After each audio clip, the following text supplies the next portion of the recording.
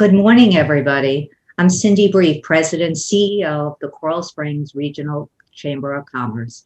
I want to thank our title sponsor, the City of Coral Springs Economic Development Office, and our presenting sponsor, Florida Power and Light.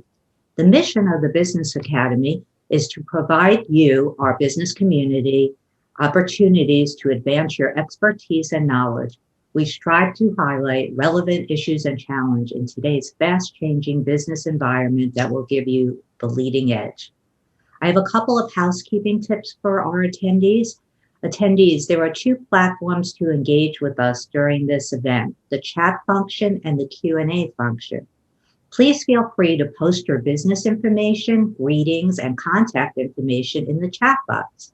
We ask that you exclusively use the Q&A box to ask any questions of the panelists. Please don't type anything other than the questions to the panelists in that box. Thank you.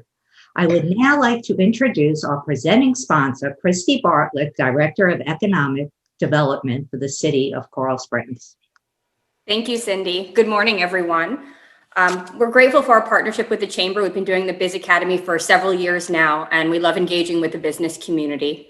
Just want to give you a couple updates about things happening in the city. I don't know if anyone has driven down Sample and University lately, but the Financial Plaza is on its way down.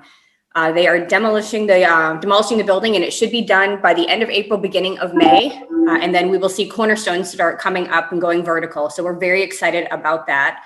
Then if you go across the street where Village Square is, we are eagerly anticipating the submittal of the site plan for that project as well. And that should be coming up in the next several weeks. So a lot of really great things happening in the city. As always, we are here to serve the business community. So if you would like to schedule a retention visit with my office, please email me at kbartlett@coralsprings.org. So thank you, everyone, and enjoy today's program. Thank you, Christy. And now I'd like to present from our Dean sponsor, video from Tim Hogan's that is being sent to us from FPL. Hello, everyone. I am Juliette Murphy-Rolack, Regional Director of External Affairs, and I'm honored to represent Florida Power and Light Company as a proud sponsor. We are thrilled to support your great work and applaud you for all your commitment to the betterment of our community. At FPL, we too are committed to moving Florida forward. Our team works hard day in and day out to deliver America's best energy value to our customers. Electricity that's not just among the cleanest and the most reliable in the country, but also affordable. Part of what makes our team so special at FPL is the collective mindset of our workforce to embrace fresh ideas while staying true to our corporate values. We are committed to excellence. We do the right thing, and we always treat people with respect. Diverse in personal background, thought, technical capabilities, and leadership, each person on our team offers a unique perspective and skill set. The more inclusive and diverse our workforce we've found, the greater the ideas we bring to serve our customers. And the results speak for themselves, in that we can deliver bills that are 30% below the national average and among the lowest in Florida. Something you may not know is that FPL bills are lower today than they were nearly 15 years ago. In addition, FPL has been named the most reliable electric utility in the U.S. in 5 of the past 6 years. And we're consistently one of the cleanest utilities in the nation, with a carbon emissions profile that is nearly 30% below the national average. And we continue to find ways to generate cleaner and more reliable energy for you. In case you haven't heard, we will be piloting green hydrogen technology, which may be the key to 100% carbon-free energy generation. And we're rapidly expanding solar energy across the Sunshine State, executing our 30 by 30 plan to install 30 million solar panels by 2030. We're able to deliver all of this for our customers, what we call America's best energy value, because we're not afraid to disrupt ourselves and embrace technology and new ideas from our diverse team. So you can see why supporting organizations in our community that align with our corporate values is so important to us. Florida is a great place to live, work, and raise a family, and we're glad to be able to work with community partners like you to help move our beautiful state forward for future generations. Thank you for including us. Hello, everyone. Well, that was a great message from Juliet. So we appreciate FPL as well. So I'm really excited about today's presentation. We have three amazing panelists, and I can't wait to hear from them. So I'm just going to let you know who they are. So we're going to, Michelle Fee is the CEO and founder of Cruiseplanners, and you already gave a big wave. So there's Michelle, and you can see that's the background of Cruiseplanners office, which is amazing. So thank you for being here, Michelle. And next up, we have Bernie Moyle from the Country Club of Coral Springs. There's the Bern. And also Rick Langnas from United Medco Pharmaceuticals. Thank you all for being here. Okay, let's get started. So right now, we're going to ask all of the panelists to give a 5-minute introduction about themselves. So we're going to start out with Michelle Fee. Welcome, Michelle. Welcome. Thank you. And good morning, everybody. I'm Michelle Fee, and I am the CEO of Cruiseplanners. We are an American Express representative. I'm going to tell you a little bit about myself. I'm a native Floridian. I don't know if you know one, but now you do. Most people come from someplace else, but but most of my adult life, and I've lived in Broward County. Actually, I've lived 40 years here in Coral Springs. So I was here when University Drive was just a 2-lane highway. I started my career in travel at the age of 19 years old. And my first travel agency was opened in 1981 right here in Coral Springs. It was called Friendship Travel. And if you go to Bye Bye Baby right now, and I think it's the crib department, if you stand right there, that is exactly where Friendship Travel was many years ago. But travel began to change about 6 years ago. And it was when the internet was born. And I knew that if I didn't change along with it, I was going to be a dinosaur and probably not even here today. So that's when the Cruiseplanner franchise was born. We are a home-based travel franchise company. We've been in business for 27 years. When we started out, we had 5 agents come to our first class, and I'm really proud to say that today we are over 2,500 franchisees, and we are in all 50 states. And we are the #1 travel franchise company in the nation. So good morning, everybody, and I'll be excited to answer questions and talk about my business. Thank you so much, Michelle. Okay, now we're going to hear from Bernie Moyle. Unmute, Bern. Unmute. It's not an event unless we say unmute. It's kind of weird that you guys can see us, but we can't see you. But we can see each other, but we can't see the crowd, which is kind of odd. Anyway, good morning, everyone. Bernie Moyle, the Country Club of Coral Springs.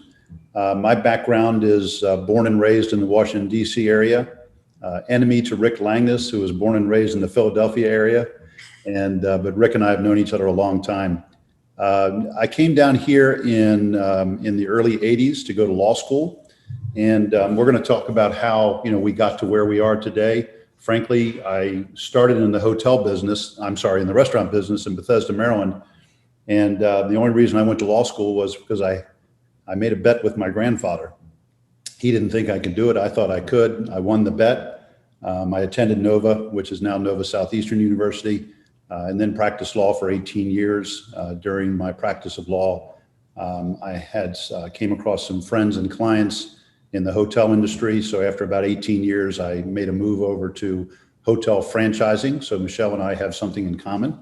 As a matter of fact, our company and her company competed for a national award once, and we came in second, and Michelle came in first.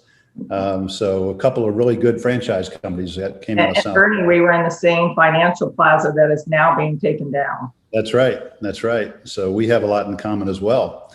And so we sold the assets of our hotel company in 2016. But along the way, we had acquired the Country Club of Coral Springs, frankly, for the purpose of building a hotel on the front acreage. But that was just as we entered into the recession. So we didn't go forward with that. So I'm going to try a screen share real quick to show you a little bit about the Country Club. I think this will work. So I'm just going to go through some slides. We've renovated the club, renovated the course. If you haven't been here, it's definitely worth coming out to have a visit. And if you're a golfer, I would tell you we have the finest greens in Broward County and probably amongst the top 10 in the Tri-County area. We have 5 PGA professionals, 6 PGA professionals who work here, which is kind of exceptional for a club of our size. And we kind of consider ourselves a nice blue collar club. We don't try to compete with the really high end clubs like Fort Lauderdale or many of the clubs up in Boca, but we have a nice pleasant setting here. We can't wait to get back to doing events. We think they're coming soon, but these are a few shots of the inside of our meeting space in some events we've done. So if you have a chance after this call, you want to come by and have lunch or get out for a round of golf, just let me know and we'll connect. So that's me, and I'll hand it back to you, Cindy. You have really great French fries. They are awesome. I miss them. So now you got me hungry. Yep. Okay. Rick Langnas, can you do an introduction for yourself? And thank you for being here. Thank you for having me. Are you kidding me? This is quite an honor. I mean, marble mouth kid from Philly, from South Philly, and now I get the chance to speak to all of you and be on this prestigious panel with Bernie and Michelle. And thank you, Christy. Thank you, Cindy. Thank you, Becky. And thank all of you out there. I hope you can hear me okay. I'm Rick Langnas. I'm the president and CEO of United Medco Pharmaceuticals here, located in beautiful Coral Springs, Florida. Right here in the center here off of Coral Ridge and Sample Road. Originally, as Bernie hit on there a little bit, originally from Philadelphia, Pennsylvania. Came down here in the 80s, and I knew early on that I could not go to medical school.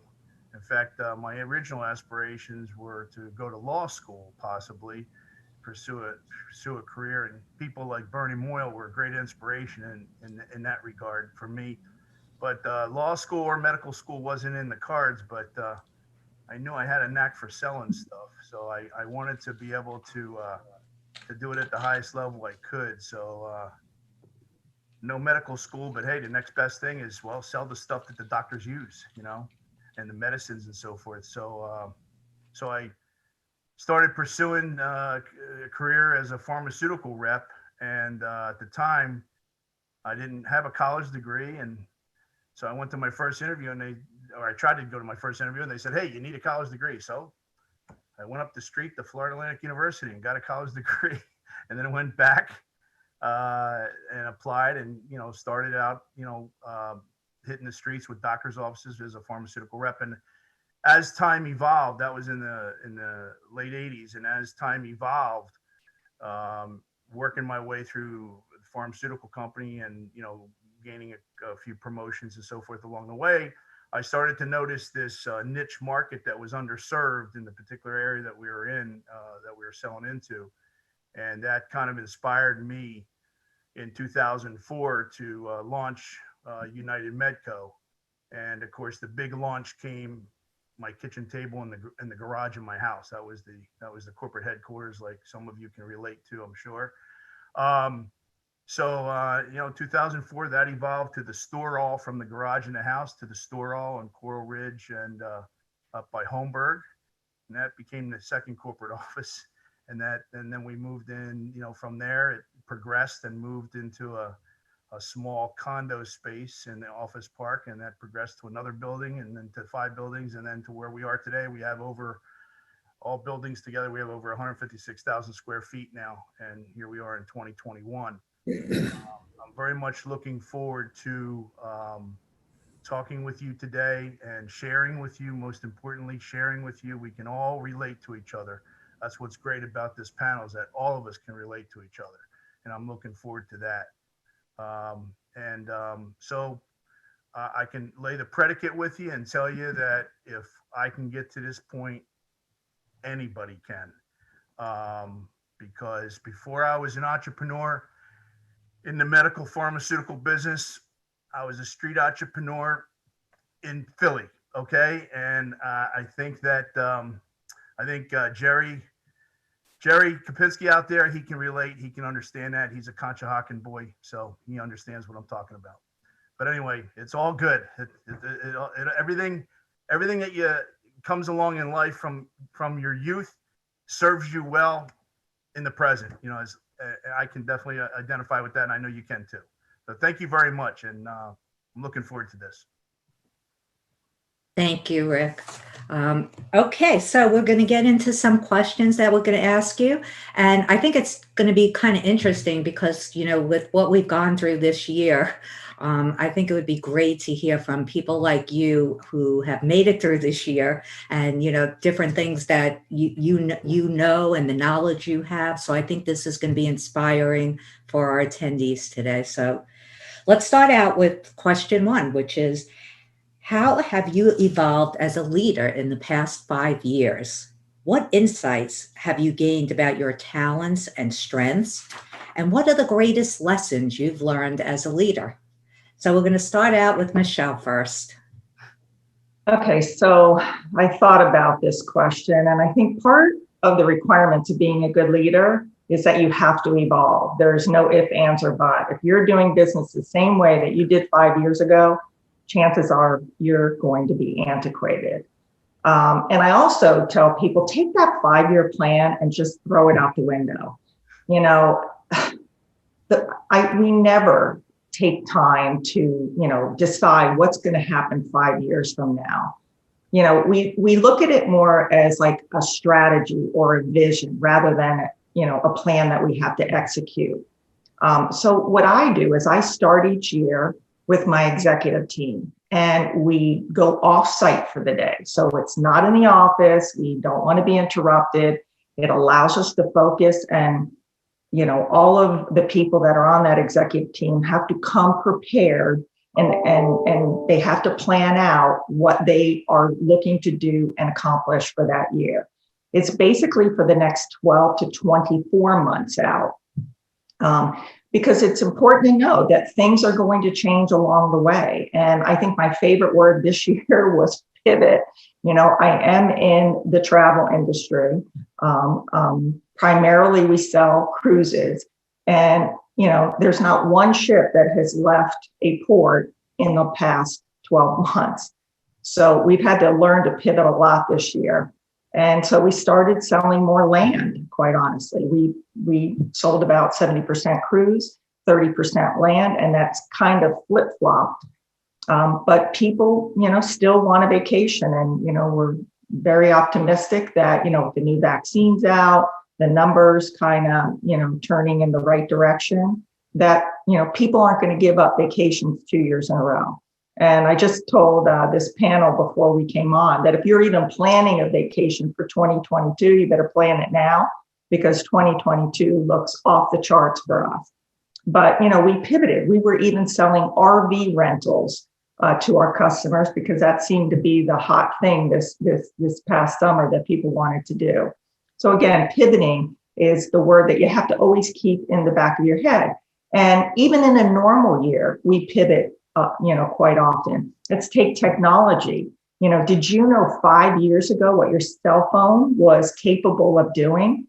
You know, probably not. So if you built your plan based on what your knowledge is, you know, again, you would be antiquated. You know, things are going to change and you have to change along with it. And then the last thing I'll leave you with on this question is identify your strengths and your weaknesses. I know what my strength is and I know what my weakness is, and I hire for my weakness. Now, that doesn't mean that I don't know enough to be dangerous, because I've had to learn that along the way. But I want expert advice before I make those major decisions. Remember, I created an executive team. We go, out of the office every single year, and we do that so I can get expert advice on where they're going to drive my company for the next 12 to 24 months. That was really great information. Thank you for sharing that. And pivot has been the word of the year. And I think we all learned a lot about that. Bernie, how about you? Well, the good news is my answer will be kind of short because Michelle covered a lot of the waterfront. I like going first. I think a lot of what she said, if anybody was taking notes, is so true. I would tell you that never stop learning. I don't mind telling you, I'm 62 years old, and every week there's a lesson that comes across my desk. I learned something new, and I've convinced myself it's not because I'm stupid, but because there's just so much more to learn out there, and I'm always learning. From the budgeting perspective, we talked about pivoting, and I agree 5-year plans are kind of crazy, but we do put together plans. We do work off initially a pro forma, we move to a budget, and then we reforecast on a regular basis. And if you're doing that, it helps you keep really close track of where you are financially. It's interesting. Somebody asked me about talents one time, strengths and weaknesses, SWOT analysis. Michelle, couldn't agree more. Great exercise to go through a SWOT analysis because it leads to initiatives, which is really helpful. But one time I was doing that for a group, so I decided to look up talents. And I think when I looked it up, I came across a writing that there are something like 115 talents. And I learned very quickly that I have very few of them. But I did learn that I have high energy. I'm pretty good at social networking. Because I went to law school, I do have some technical skills. I don't think I'm that good of an attorney, but I'm okay at it. But I learned a lot from going to law school. So I think, like Michelle said, understanding what your talents are, your strengths and weaknesses, and partnering or hiring to achieve what you don't have. For example, in my businesses, my strengths are on the operational side. His strengths are on the sales side. So in my business, I've always partnered with somebody who's very strong in marketing and sales so that I can bring my operational skills to the table. So the other thing I would say is understand the difference between exploitation and exploration, because if you stop exploring, like Michelle said, you become stagnant. And then next thing you know, you're probably out of business. So if you pay attention to the difference between those two things, I think that'll be helpful for you as well. Rick, it's all yours. Vern? Rick, try to speak loud, okay? I will. Okay. I love the opportunity to be voiceful. Okay. So I think Michelle's right on her word of pivot, as Bernie said. And I'll tell you this, if every day is a day of evolving, because every day there's going to be new challenges that are positive. There's going to be challenges that are going to be a little bit not as positive, but you got to turn them into positives. And I think that, over the past 5 years, like my colleague said, you really can't look at things as 5-year plans or what have you, the way things are happening in the world today and what COVID presented to us and so forth. Every day is an evolving day. Okay. And you've got to have an open mind to that. And don't get nervous and don't let it intimidate you, because it can, if you really think about it. I mean, if Michelle and Bernie, myself, we go, and yourselves, you go home at night and think about everything that went on that particular day. I mean, it'll ruin your dinner, So, and look, you're in this for the long haul. You got a commitment here, and there's people that are counting on you, not just your family, but your family of employees and so forth. And most importantly, your customers. And so you owe it to yourself and the folks that are around you that make you happen, that make us happen, to keep your mind as clear as you can and know that, hey, man, tomorrow's a new day. If one door closes, I know there's 6 doors to open. And you've got to hang on. You got to keep that, and that's got to be in your soul. And with regard to talents and strengths, and this is a great question. What insights have you gained about your talents and strengths? I look at it as strengths and weaknesses, and I'm smart enough. I'm not the smartest tool in the box, but I'm smart enough to know what I don't know. And there was a movie with Clint Eastwood out there that I really like. And at one point in the movie, he turns to the people he's talking to, and he says, "A person's got to know their limitations." And that's a key to success. I feel that you've got to recognize, I don't know it all, but you surround yourself with people, your employees, your team that do, and empower them to succeed and that reverts into the organization succeeding. And, sometimes there's challenges, do I have the right person in the right job, or do I have the wrong person in the right job? But you work through that. But lessons that I've learned to that point, probably the most important lesson that I've learned thus far is that if I come to this job thinking that I know everything there is to know about my job, it's time for me to retire, number one, and I'm not serving our customers, I'm not serving our employees. And secondly is that, do not worry about events. Things are going to happen, just like there's a lot of parallels between life and business. Things happen in life, things happen in business. It's how you react to it that matters. We're all human. At the end of the day, we're all still human. I know we got computers and we're very tech savvy and so forth and reliant, but we're still human beings. And in my business, we're delivering pharmaceuticals and health products to human beings that are going to help their life and so forth. So, in every aspect, Michelle brings joy. And man, Michelle, congratulations to you, because I hope the hell you're so busy in 2022 and just overwhelmed. I'll be right there. I'll be calling. Me too. You will be. But I think everything's going to come back a lot stronger. I see a lot of optimism. But anyway, my time is up. So can I just say something real quick about that, Rick? I love that statement. I'm smart enough to know that I'm not smart enough. And I use that all the time. So when you said that, that hit home for me. Right on. Right. Absolutely. Bernie knows that too. I know it because you keep telling me. Well, that was some really good information and a lot of parallels between the three of you of what you're saying too. So I guess the theme I got from that was you need to know what you don't know and find people who know what you don't know to work for you. So, and don't be afraid to admit that you don't know. That's right. Hey, look, I get my people together, like to Michelle's point, my executive meetings. I'm like, okay, guys, tell me what I don't know. Tell me what I need to know, or I'll tell you what I know. You guys tell me what you know. We run this thing together. I can't do it by myself. Bernie can't do it by himself. Michelle can't do it by herself. None of you out there think about your business models. You're probably thinking about honing on your key people.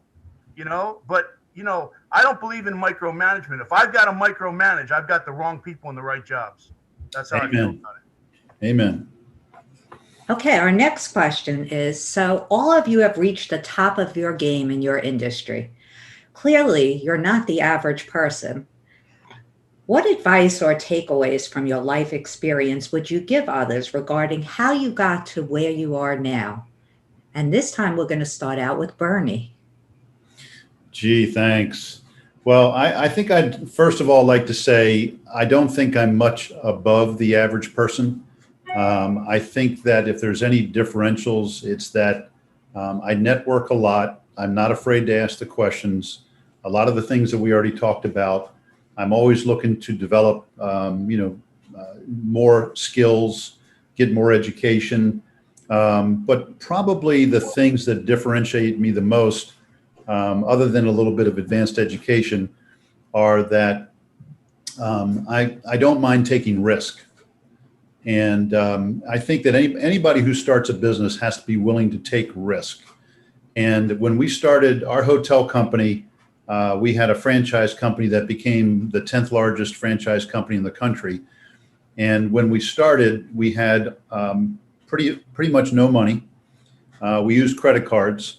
We didn't have a really solid business plan. If we listened to our CPA's we would never have started the business. We would have just stayed working the way we were working. We would have never started the business. We didn't listen to them. We thought we had a good idea. We thought it was the right time to do it. The internet was just coming online, really. And we took a lot of risk. And over the first probably 4 years, there were many times that my business partner, Roger, and I would talk, and I'd say, Roger, if we don't bring in X number of dollars, whether it was 20,000 or 5,000 or 100,000 within a certain period of time, we're going to be out of business. And that's where his strength came through, because he was a marketing guy and a sales guy, and he just never stopped. He said, let's put everything we have into a marketing campaign. Let's go strong after it. Let's take the risk. And as he would say to me, you want to go down in flames, or you want to go down whimpering? And I'd always say, well, let's go down in flames if we're going down. So risk, I was always willing to take the risk. Thank you, Bern. Rick, so what advice or takeaways from your life experience would you give others regarding how you got to where you are? Well, I reflect on an experience. It sounds so cliche. I reflect on an experience when I was 14 years old. I took on a job after school selling a liquid in a bottle product that was called Liquid Shine. And it was, I guess it's today's that Armor All. I guess it was the early years of Armor All, maybe. Anyway, and it was a very small company, and they hired a couple kids in the neighborhood to go around door to door selling this shine stuff, and you can put it on your tires on your car. You can put it on any kind of vinyl or leather, or shine it up, right? So I said, okay, I can either go door to door through the neighborhoods and maybe sell a bottle, or hey, I said to myself, hey, this is good for cars. There's 4 tires to a car. So I went to car dealerships. So of course I exploded their sales. And of course I made all kinds of money at 14 years old. And they're like, kid, what the hell are you doing? I said, well, I'm going to bigger doors, whatever. Anyway, so the point is that vision, and vision is the key, I think, when we talk about, how do you get to that other gear? Okay. I'm nobody special. I'm just another human being like everybody else. It's just that, it's where your mindset is at relative to, like, it's just like, me, it's kind of like your vision of like, hey, this is a good idea. I like this. I see that there's a need for it. And how do you magnify it to impact it as large as you can?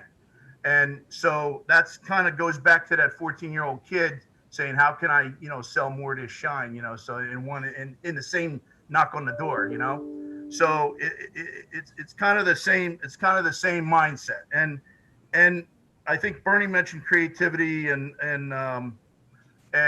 that's very important. And, you always got to think outside the box. And look, none of you would be here today. None of us would be on this, in this meeting today if we weren't risk takers. Okay. I left a job I was 44 years old, on the top of my game at the national level with the second largest pharmaceutical company in the world. And I just decided I was going to do this. Everybody, my family begged me not to do it. I had 2 young children at the time. People looked at me like I was insane. Okay. I had a company car. I had an expense account. I was working hard 3 days a week. Okay. And honestly, I'm just being honest about it. And they said, you're going to do what? And you're 44 years old. And you know what? I've never looked back, guys. I've never regretted it. I've never looked back. And, so I would say, stay true to yourself and your vision. And that's very, very important. And so I hope I answered the question. I tend to run off sometimes. I apologize. That was fantastic advice. Michelle? And I have to agree with Bernie and Rick as well. I am a completely average person, no doubt. I started the company when I was 32 years old with 2 small children. And I did have some travel experience, but not a lot. And I had no idea what I was doing. So to Bernie's point, we just kind of went in and jumped in with 2 feet and said, maybe we can make a success out of it.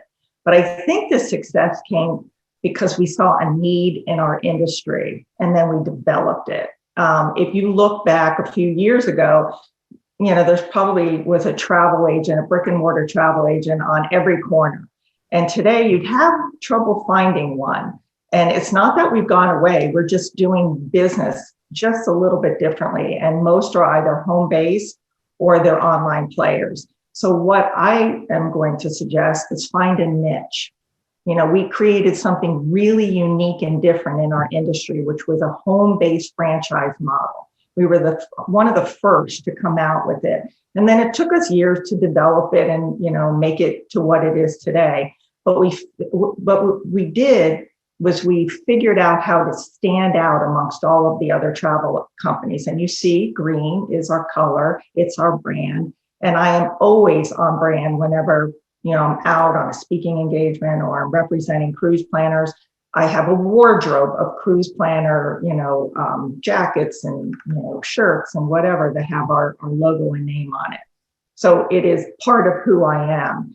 But, our niche was something that we built this home-based travel network. And what we did was we allowed people to buy a business. It's a low-cost franchise where they can work from home or wherever they are in the world. And we developed technology along with that. And again, I said we were the #1 franchise company in the nation. So my advice is to find that niche. What makes you different from your competitors? And you got to be able to, tell that story. And of course, we continue to build that better mousetrap. We never sit on our laurels. We never said, oh, we built that technology, so we're good. Like our agents can literally run their business from any cell phone, iPad, anywhere in the world that they are, they can actually run their entire business. So we really, judge ourselves by the fact that we need to be and stay ahead of the competition. But it's what's your niche and what makes you different in your industry. Thank you. That is fantastic advice, really. I hope you guys are taking notes because you're getting great advice today. Let me ask you a question about your values or beliefs about balancing work and home life. How do you integrate this into your corporate culture? And let's start out with Rick. The balance of family and business. Well, they're kind of, when you're an entrepreneur, they're interchange. They work together. Okay, and think about it like this: your work is depending on your home. Your home is depending on your work, and so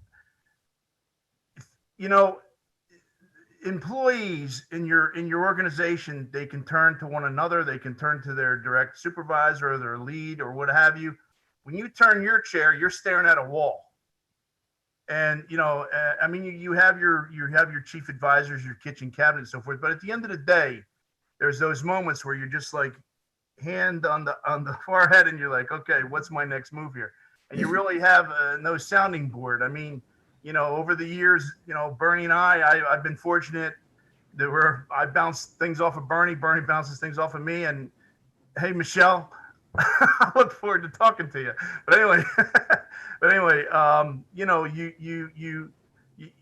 so your family becomes extremely important in that respect because, that's where you feel safe and be able to be you and discuss things. Because I'm getting back to the point of being human, and just like your employees have to see the vision and be in and share the vision and be in and be committed to the ride, obviously, so does your family. But, one thing I always say to my employees, if you come into work, and I really believe this, if you come into work and you have a great day, I don't care if you do one thing right, you get a feel good from that. And you get a chance to take that feel good home and share it with your family. And then your family can go and do what they do with that feel good. And then you get to bring it back with you to work the next day. And let's pivot to the word pivot. Let's pivot off of that feel good. Yesterday we accomplished this. Let's pivot off of that and continue on. So a lot of that strength goes back and forth between work and family. And at the end of the day, again, we're all human. Our families are very important to us. as our businesses are. As I said, they work hand in hand. And I think that you will find your rhythm and you will find your balance. And I think that every situation may be some similarities, but there may be some parallels. There may be some differences. Every company is going to have its own rhythm. Every way you relate to your company and your family is going to have its own rhythm to it. But know that it's just part of the process and the what it takes to get it done in the big picture. Your family's a big component of that. That's your support system. Thanks, Rick. How about you, Michelle? How do you balance everything? A lot of what Rick's saying. And, as a working mother, when my children were small, there was a lot of balancing that had to be done. Today, they're both grown adults, married, and now it's trying to figure out how to, make sure that the grandkids were paying attention to. But there's no question that family's first. And, that doesn't mean that I don't work long hours or didn't have to work long hours, but I always made that time to make sure that I were at those kids' activities, making sure that my weekends are spent with the family. I always say to people who work for me that, if their child has that kindergarten play at 11 o'clock on a Tuesday, you're to go, because you will never remember the meeting that we had to postpone, but you will absolutely remember the fact that you didn't get to go see your child in that kindergarten play. So we have that family first, throughout our company. And, my family knows that I have to work hard, but that I'm going to spend real quality time with them. And I'm not going to say that it's easy. Sometimes I used to come home for dinner, eat dinner, and then like 8, 9 o'clock at night, come into my home office and finish up what it is that I didn't get to finish up, because it was more important for me to be at that dinner table than it was for me to finish, at a particular time. So I would just put in extra hours. It's not easy. I'm not going to say it is, but you have to find that balance. Thank you, Michelle. And it is not easy, but thanks for giving this advice. How about you, Bernie? Ditto to what they say, and I'll boil it down this way. Put these components together any way you want to, but if you think about faith, family, self, and work, and those 4 balls that you need to juggle, and you really only know how to juggle 3, then one of them is going to get close to the ground and you got to grab it and chuck it up in the air. And so they're not always well balanced, but you need to try and keep them all in the air. And so sometimes you're more focused on one than the other, and they kind of swing back and forth, and you do the best you can. And you certainly hope and pray that if you have a partner, that your partner understands that, is supportive. And I'll tell you, in my early years of practicing law, I was a partner in the law firm. I worked, easily 6.5 days a week. There were many times that my wife, Sherry, we lived in Oakland Park. I worked in downtown Fort Lauderdale. She'd throw the kids in the car and she'd come downtown. We go out and have dinner, and then they go home and I go back to the office. And it was, so she raised the kids, frankly. Today, I have 4 grown children. I have 4.5 grandchildren. I watch my children raise their children. It's different now. I think the expectations and the understandings regarding family for, male, female, for, both partners in the family is a little bit different. But I will tell you that when Roger and I started the hotel company, which was in the early 90s, we both had young children at the time. And we agreed that our attitude towards our employees was going to be exactly as Michelle said. If you have a play to go to the play. You have a game to go watch the game. You can work later at night. You can work on the weekend. You can work more efficiently too. I mean, sometimes you look at people and say, stop being inefficient, be efficient, and go watch your kid play baseball. So if you're going to have a family, remember that family is really, really important. So whatever the balls are that you need to juggle, understand what they are and get good at juggling them.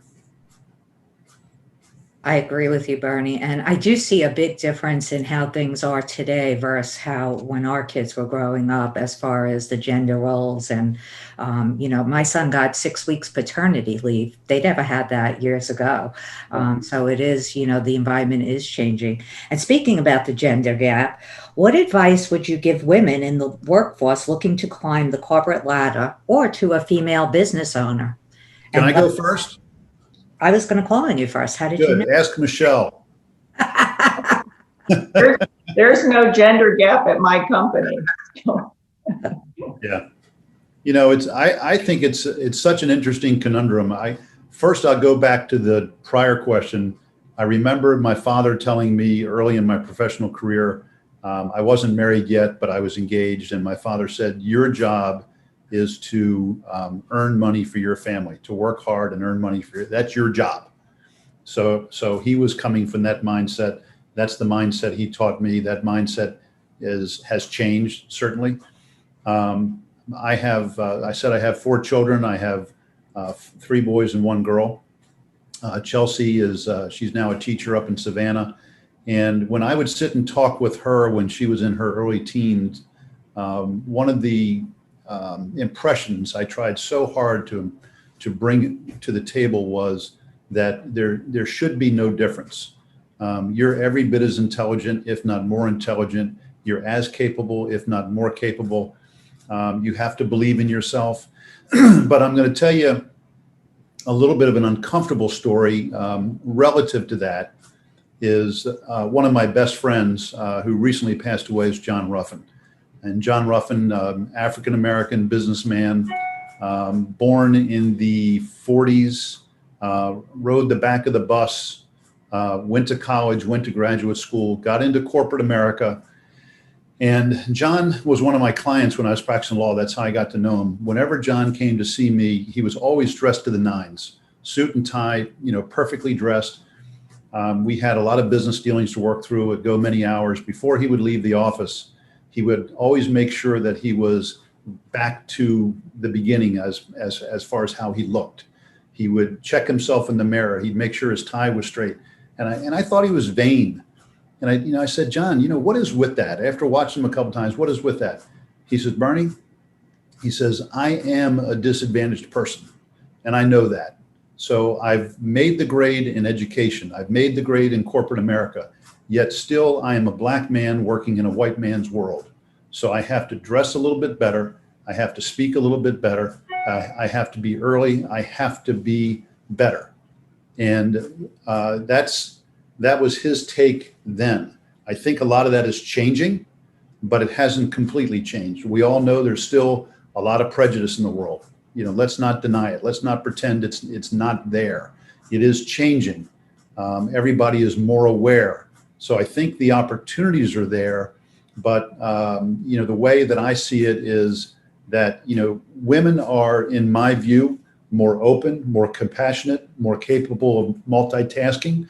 And you need to carry that confidence and you know what, be as good as and be better.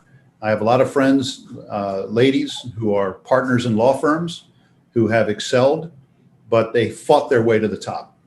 And I was on the phone with one of them yesterday. She's a partner at a large firm. And she said, you know what, Bernie, one of the things that aggravated me, this is her talking, aggravated me so much is when I'm a tough woman, they call a tough man a hard driving negotiator. They call a tough woman a bitch. Mm-hmm.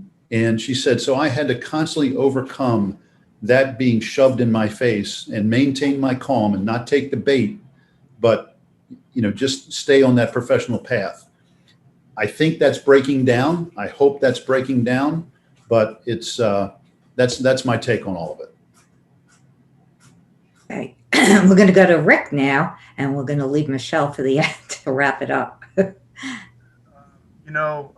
That's great stuff, Bernie. You're right on. I'm the father of 3 daughters and 2 stepdaughters. So that's 5 females. And it's my job. I've learned a lot being a dad, as all of us in the room can attest to, when you're a parent, that's a different kind of CEO skill. And being a dad to daughters, it really helped me to understand a little bit from the female perspective, and really help prepare me for my employees that and my team members, female. And I would, with regard to my daughters, I always say, listen, it's what's in your head and your heart that matters most. And, be true to yourself, be true to your goals, and don't let that stuff cloud. Now, listen, that's not to say we all know the realities and the obstacles and the challenges that have been there over the years and so forth. And to Bernie's point, some of that's obviously changing. It's a new world. It's a new awareness and so forth. And I feel that I'm optimistic that there's going to be even more opportunity. And as far as I'm concerned, just be who you are, do what you're doing. And from an entrepreneurial perspective, keep what you're doing in front of you. Don't walk with barriers in your mind. Don't walk with, oh, this is probably going to happen here because I'm female. Don't present that. Don't project that. Project, I'm here, and I'm a force to reckon with. You know what I mean? I have a business. I have something to say, and concentrate on that. And don't let there be any preconceived notions. Okay.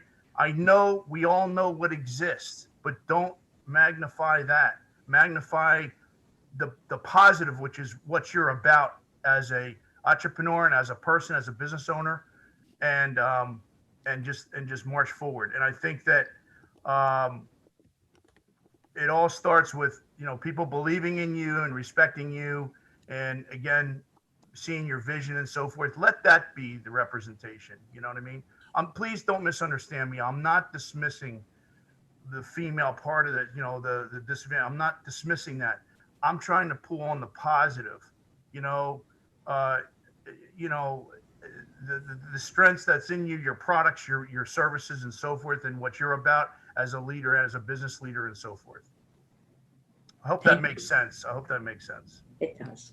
Thank you. Okay, Michelle, let's hear from you. Well, I think Bernie and Rick covered a lot of it, but, I've never actually worked in the corporate world. So, there was never a ceiling for me. I never felt that way. The only thing I could equate it to was, I've been invited to be on a number of advisory boards for cruise lines and tour companies. And, think about it. I started the company at the age of 32. And, shortly thereafter, I started to get invited, and I would sit there and think, I shouldn't be here. I don't deserve it. I don't understand why, I'm not going to speak up. I'm just going to sit and listen to what everybody else has to say. But, shortly thereafter, I found out that I deserved a seat at that table.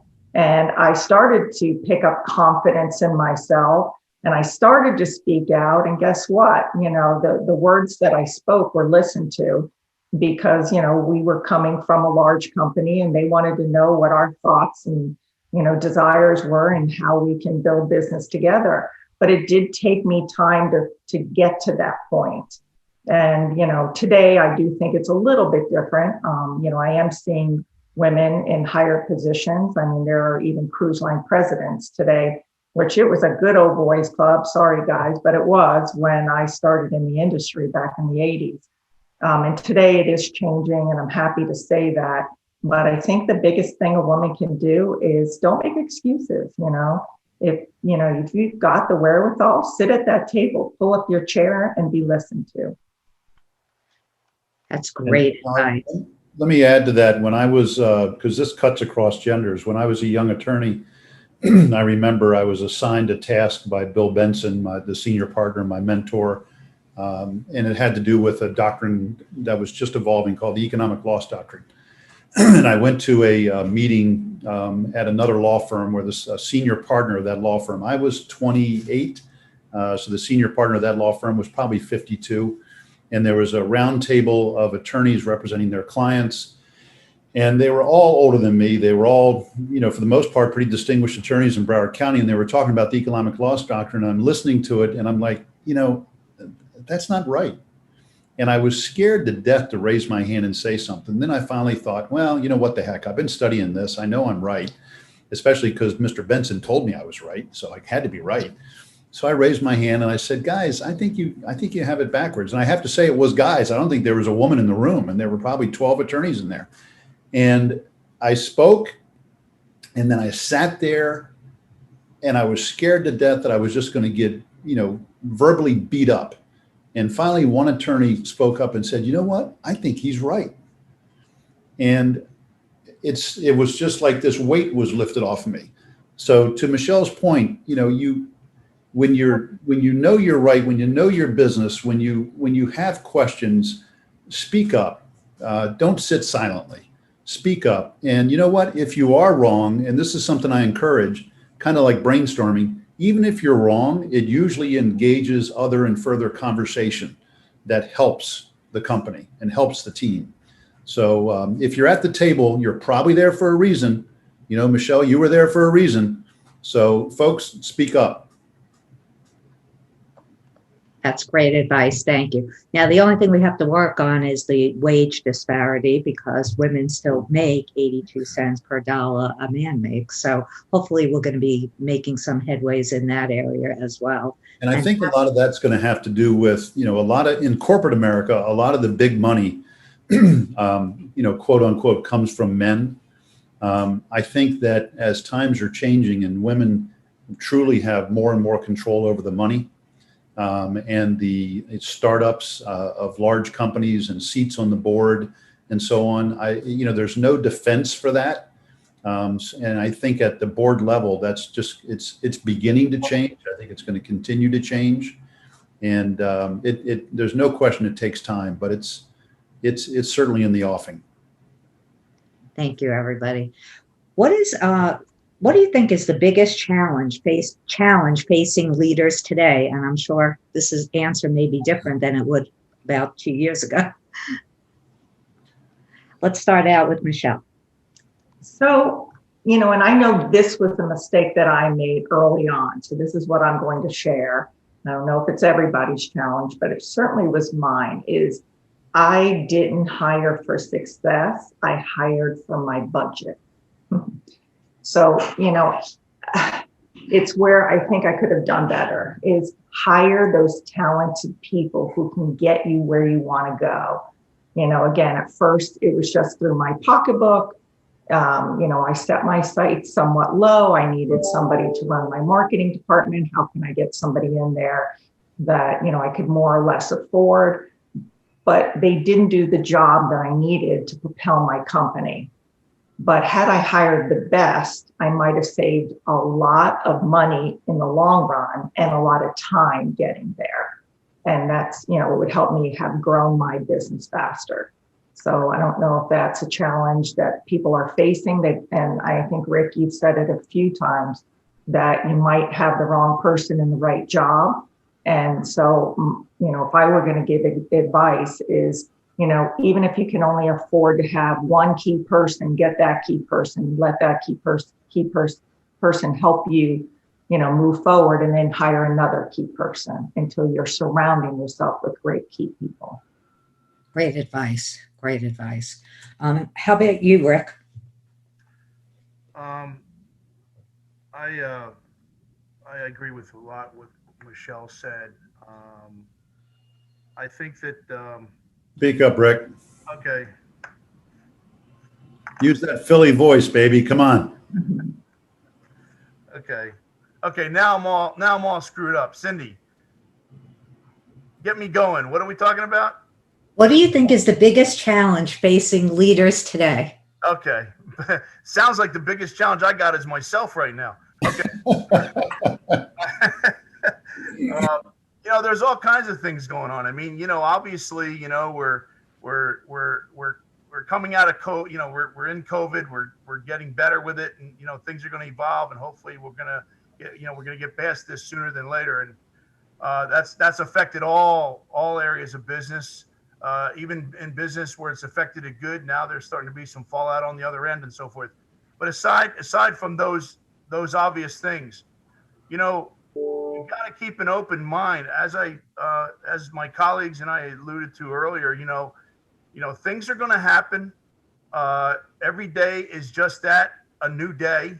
And you've got to have the mindset of evolving and changing on a dime and pivoting, getting back to Michelle laid the predicate from the beginning. Pivoting is key. And now instead of pivoting quarter to quarter, you know, we're doing it almost day to day.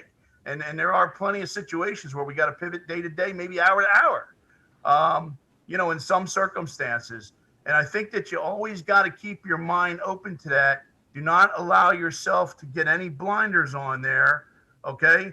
And always be look at the obvious that's in front of you, but try to see past that. I mean, that's what we do, all of us on this call. That's what we all do as entrepreneurs. We see something in front of us, but we can see, you know, you try to see 6 miles beyond that. Okay. And don't lose that and keep that in mind. Okay.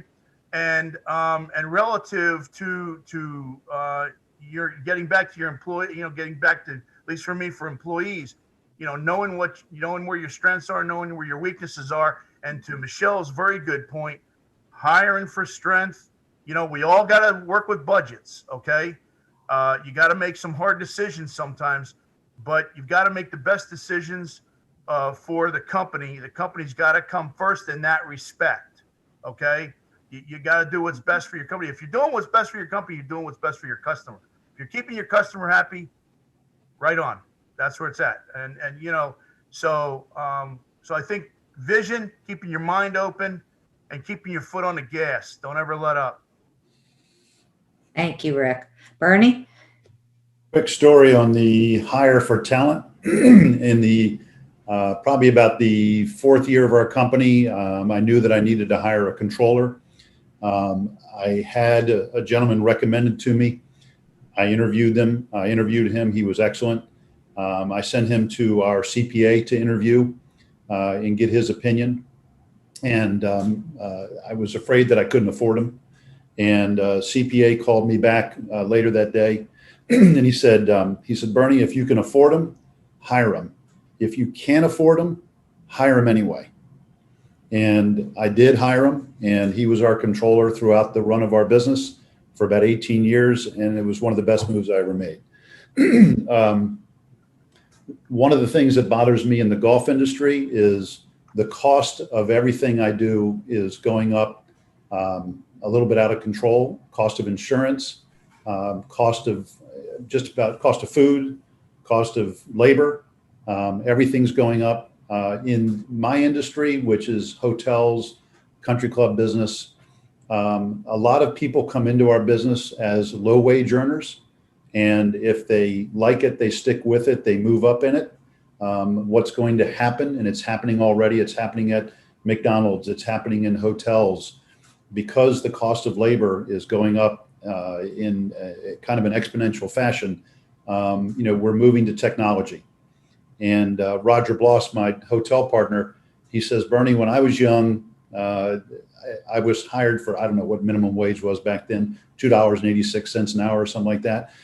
But the hotels would hire 20 kids, bring them in, find out who stuck with it, who stayed, who liked it, and they would move up in the ranks.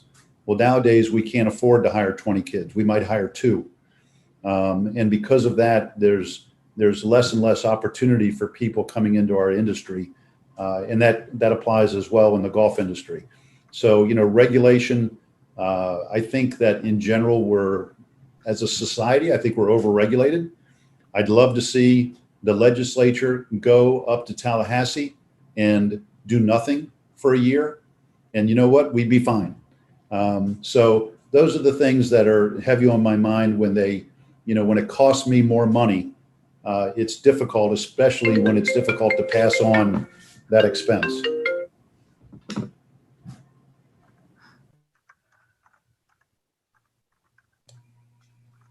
Thank you, Bernie.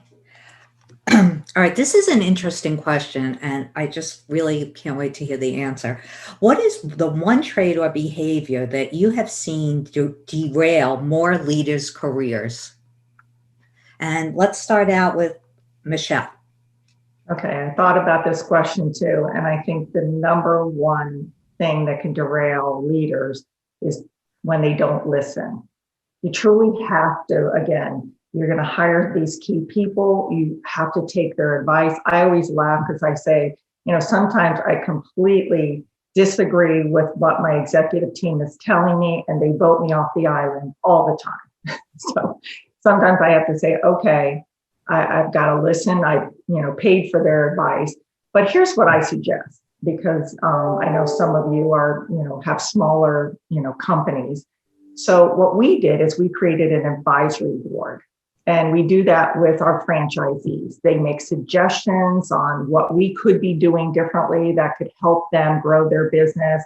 It could be, people within our office that, share with us how we could save money or time.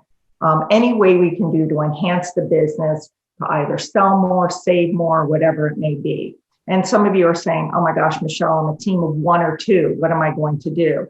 And my suggestion is to gather like-minded people.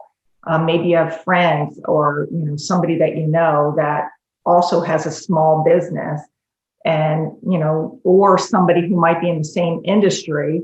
They might just be 2 towns over. Create your own little board and then compare your information, because I think, Rick, you said this.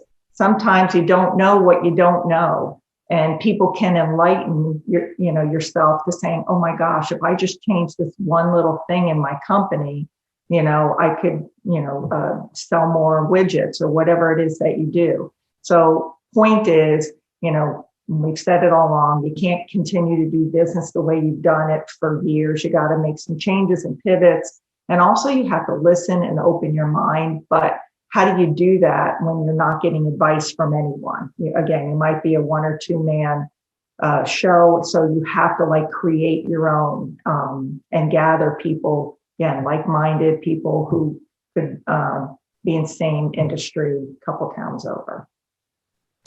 Thank you, Michelle. How about you, Bernie? I'm going to go out on a limb and say anybody who wants to have that chat, call me, and we'll have that chat. If I don't have time, I'll send you to Rick. Michelle, I'm not going to bother you right now. I don't think that's fair. But I would say that you do need to get some outside voice. Don't think you're living in a cage or a tunnel or something like that. Reach out and talk to people. What have I found? I've worked with public companies as well as private companies. Complacency kills a business, and CEOs can become complacent. They can coast, which is complacency. Getting back to that exploit versus explore. If you're not, and what I mean by that is, once you get your business together and it's running well, one of the early stories I heard was about one of the finest companies in New York that made buggy whips around the turn of the century when Mr. Ford was gearing up to build the first Model A. And, his employees came to the owner and said, geez, they're making these motorized vehicles. What's going to happen to our business? And they said, don't worry about it. We make the finest buggy whip. They're always going to need us. There's always going to be carriages. And well, we all know what happened there. There's lots of stories about CEOs who never stopped thinking about, and Michelle hit on this earlier, the SWOT analysis. What are my strengths? What are my weaknesses? What are the opportunities out there? And what are the threats out there? And looking at those things. And so, but if you become complacent, you start coasting, you're going to have a problem. I would tell you, look up the parable of I think it's called The Emperor and His Clothes. It's an old kind of a fun kid's parable, but what they talk about there is really that the king didn't investigate. He wasn't listening to the truth being told to him. And those are probably, two of the most important lessons to learn from that. It's simple, but it's true. Totally agree with that. I think also the people were afraid to say anything to the king. So I think you have to be open and make Yeah. your people around you be able to say what they think. Yeah. Rick, what Well, do you? along those lines, when you're talking to the king, or you're the king and you're talking to your people, it's I don't have a problem with somebody speaking out, but if you're going to speak out, I appreciate when you have some facts, some information to back up, what you have to say. Because if I disagree with you and I just shut you down and you don't have anything to back it up, it's kind of, we both leave the meeting a little aggravated. But if you make a statement, and then you back it up with something, then, there's more credibility to it and maybe it'll stay on the table. I agree. Rick? Michelle and Bernie, you're right on and great, excellent points. I got to tell you guys, there are two companies that come to my mind that are in my sector of business that are ironically companies that I used to call on when I was a rep. And because of those evil words that entrepreneurs hate to say, we hate, and certainly don't want to live by, complacency and, closed-minded, not keeping your finger on the pulse of your market and in the market in general of where things might be steering and going, okay? Because things were so good. When I called on these guys, things were great, okay? And, you get a little bit of money, you get a little success. I want a boat. We're going to get a house by the water. Let's get the gold-plated sinks, whatever, okay? You know what I mean? And they don't think about the potholes or the changes in the industry or in economics or in life that can happen. And that's poor planning, and that's just poor. And it's not even like, for me, it's not even strategic planning. It's the way you live your life. In other words, I have an expression. I live my life under its means and I run my company under its means, because you know what? You've heard that cliche, save it for a rainy day. There will be some rainy days, folks. Okay? There will be some rainy days. No question. Maybe you've already experienced it. I know I have, and I know I got more ahead. Okay? It's how you navigate and what you do with it that matters. And one of the things to prepare, think about this. When you're looking at your accounts payable and you're looking at your accounts receivable and the numbers are not falling where they need to fall, that's when you're grabbing the Pepto-Bismol and you're not sleeping very well. That's for damn sure. At least that's for me. Okay? So I want to first, and when that's in my mind, that clouds my mind to make good business decisions the next day. And the last thing I want to keep my runway as clear as possible for smooth landings. So I'm going to do everything I can to help myself. So the very first thing I can do is make sure that I do everything I can to run my company under its means. And the point is that going back to the point of these two particular companies, both of those companies are out of business today. They were very successful back in the day when I was a rep calling on them, trying to get their business. And ironically, they are a very good case study in what happens when you get complacent. When you start believing your own stuff, when you come to work thinking you know it all and you got your industry licked and everything, as I said earlier, you got to take a close look in the mirror and maybe it's time for you to step away, because it's a crash. It's inevitably going to be a crash, because business is the greatest exciting thing you can do, but it can also hurt you if you allow it to hurt you due to steps that you don't take, and so forth. So keep your heads clear. I think we have gotten such great advice today. We have a couple more questions and then we're going to wrap it up. So what advice would you give someone going into a leadership position or starting a business for the first time? Let's start out with Bernie. Well, that's kind of if I were an attorney, which I am, and this was a deposition, I'd ask you to restate the question because it's got too much in it. Starting a business in moving to a leadership position can be two very different things. So, if you're in a company where you're a task-oriented worker and you've done really well, and you're looking at moving up into a department head or some kind of management position, they're really two different brain functions in a lot of ways, because you have to go from being a doer, if you will, on the in the trenches level, to being a leader. And you have to develop leadership skills, which are very often, well, usually very different skills than just doing tasks.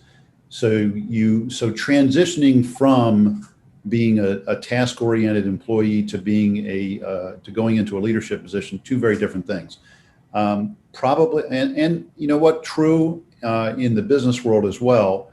If you are someone who has wants to get into a business and you're going to have employees and so on and so forth, you have to look at, there's only 24 hours in a day, right? You got to balance your life. So if you do everything in the company, then your life is wrapped up in tasks, and you have to find a way to become a leader. And you have to find a way to become a manager, and you have to hire people to do the tasks. And the business, frankly, has to be big enough to support doing that. Whether it's a lawn service or a window cleaning service or a franchise business, whatever it is. I think it's just, to really directly answer the question, it's just recognizing the difference between the two skill sets. Thank you, Bernie. Michelle? So I'm going to start it out with, I think what I wish I would have known when I started was I needed to work my business and not work in my business. There you go. Well said. Sometimes I think that's kind of what you're saying, Bernie, right? It's like sometimes you spend so much time in the minutia that you don't take yourself out of that and be able to see the big picture, see what direction you want to go, and figure out how to get there, because you're just dealing with these everyday situations and issues. Secondly, is like, this is more towards starting a business for the first time, is find that niche. I talked about it a few minutes ago, is be different from your competitors. And then don't be afraid to be bold, but there is a little caveat. I mean, don't go and jump head and first on something. You got to take those little baby steps along the way until you know that's the direction that's right for your company. Like, in other words, don't go out and spend your entire marketing budget on one idea that might not work. And if it doesn't, then you don't have other dollars to grow your business. It took me a long time to get to where I was. This was not an overnight success, that's for sure. And just know, most importantly, that you're going to make mistakes. I didn't get here by being safe. I took some chances. They were calculated risks. So again, I didn't blow everything on one idea. But obviously I'm sitting here because I made more right decisions than wrong decisions. And I try to learn from the wrong ones. Sometimes you can learn from them. Sometimes they're just really crappy wrong and you just got to move on from it. But if they're calculated risks, then you're not, kind of gambling your whole company on, that one decision or one marketing, whatever it is. So, again, but don't be afraid to be bold and be who you are and find that niche. I'm telling you, if you can be different from your competitors, you're going to stand out and you're going to be way more successful. What great advice. What great advice. Rick? Yeah, Michelle's right on. And Bernie, I got to tell you, the first thing is, to Michelle's point, a niche. Make sure you can have a great idea, and sometimes great ideas don't transpose to a good business model. Okay. Does it really have legs? Can it really get traction? And what's the market like for what you want to go into? Understand your market, do your research so you understand as best you can and as thorough as you can. And, reach out to other people that are maybe in the similar market or whatever.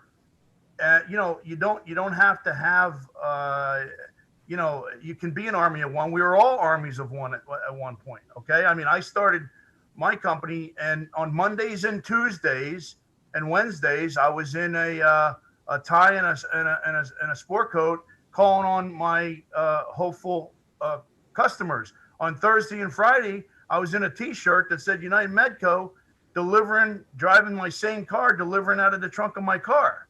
And instead of going in through the front door, I was going into the back door to the delivery area. Same guy, okay? And the thing is that, but I knew that there was a market. I knew that there was something there for me to grow with. So take the time to understand. Remember, great ideas are wonderful, but they got to be able to translate into a business model. And that's important to understand that. And then when you do, don't worry about the big guys. Like I always say, I always said, and I still say it, I can't outbig the multi-billion-dollar medical pharmaceutical companies out there that may be my competitors in particular sectors, but I can out-service them, and I can provide products that are great and provide integrity. There's still room in business and in the world for integrity. Represent what you deliver what you represent. And I still believe that. I'm a hopeless romantic, okay? So, it's important. Don't focus on the things that will hold you back. Don't focus on the negative, and don't focus, to Michelle's point, don't focus on the minutia. Do not major in minors. Keep your eye on the big picture, okay? As long as you've identified the market and you know it's got traction, go for it.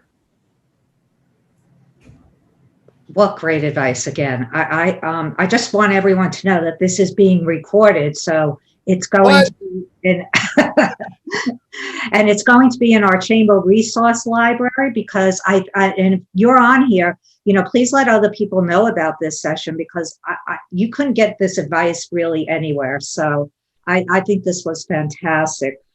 We have one more question, but I want to give people a chance. If you want to put a question in the Q&A, feel free to type in a question. And if you want to ask anything of the panelists. I guess while we're waiting, I just would say, if you could quickly, if you had any recommendations for a resource for someone looking to become a better leader, what would you recommend? And let's start out with Michelle. So again, I think what worked best for me was finding people who were like-minded. And I must say, I've learned everything I know by asking questions, asking others, not being shy about it. If you want a book resource, I kind of wrote down, and it's not really anything other than quick little reads. The author is Jeffrey Jittimer books. I don't know if anybody knows what they are, but it's a little series of books. What I love about it, it's like nice big print. They have bullet points. So you don't have to read the whole thing to get the gist of what he's trying to say. I know he's a speaker. He has podcasts.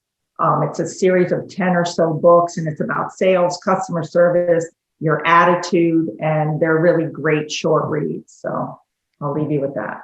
Thank you so much. Okay, Rick. Yeah, I think that, along the way, and to what I was saying earlier about, sometimes in the seats we sit in, we turn, the only place for us to turn and get thoughts, and sometimes we need to refresh our minds and so forth. Along the way, I always looked at, I always try to observe successful situations that I'm in, where I'm around people that are successful, and I wasn't afraid to ask a question. And you should always take advantage of that, and nobody's perfect. So everybody's got their strengths and weaknesses, but if I can learn from your strength, that's beautiful. If you can learn from mine, that's great, and so forth. And I think that, there's a lot of good books out there and so forth. And, I go way back to, what was that? Highly Effective 7 Habits, 12 Habits. And, that was cool. That was great, But I'm just saying, God, Deepak Chopra is a good one for motivation and so forth. But what I'm saying is that there's a lot of resources. There's a lot of positives out there to pull from. And don't be afraid to ask colleagues, ask someone. Look, for what it's worth, what Bernie does a matinee on Saturdays. He's available Monday through Friday, as I am, as Michelle, and I know Bernie does matinees on Saturdays, 2 p.m. But but I mean, reach out to people in your community. The chamber is a great resource, obviously, and doing things like this, obviously. I mean, I don't know all the answers, but call me anytime. I love to talk. Share with you what I think I know. But be open-minded and look everywhere, and whatever strikes your interest, grab onto it. Hey, I can relate to that, or hey, that sounds good for my business. Thank you, Rick. We have one question in the chat box, so we have 5 minutes left, and it's to Bernie. Bernie mentioned the pivot to using more technology. How have expectations for a business's vendors changed in the last few years? For business vendors, vendors have gone online. First of all, I mean, so much of business is going online, whereas it used to be relationships, the vendors walking through the door and talking. But so business has moved online in large part. Notwithstanding that, we work hard to gain good relationships with all of our vendors. I look at in a business perspective, I call them stakeholders. So who are the stakeholders? The owners of the company are stakeholders, vendors, employees. You have a lot of stakeholders. Community is a stakeholder. Here at the country club, we consider ourselves to be a part of the fabric of the community, because a lot of the community plays golf here. They hold events here. So they're stakeholders of ours. So much of our world has gone online, yet we're very communal. That's what we are. We like to get together, press the flesh, see each other, have lunch, have a cocktail, have a conversation. It's our nature. So even though it's going online, we like to keep it very personal where we can. I also saw a question, Cindy, about somebody asked about retirement. Do you throw all your eggs in the basket of selling the business downstream, or do you save for retirement? To answer that question, from my perspective, there's a duality. First of all, you need to pay yourself, certainly.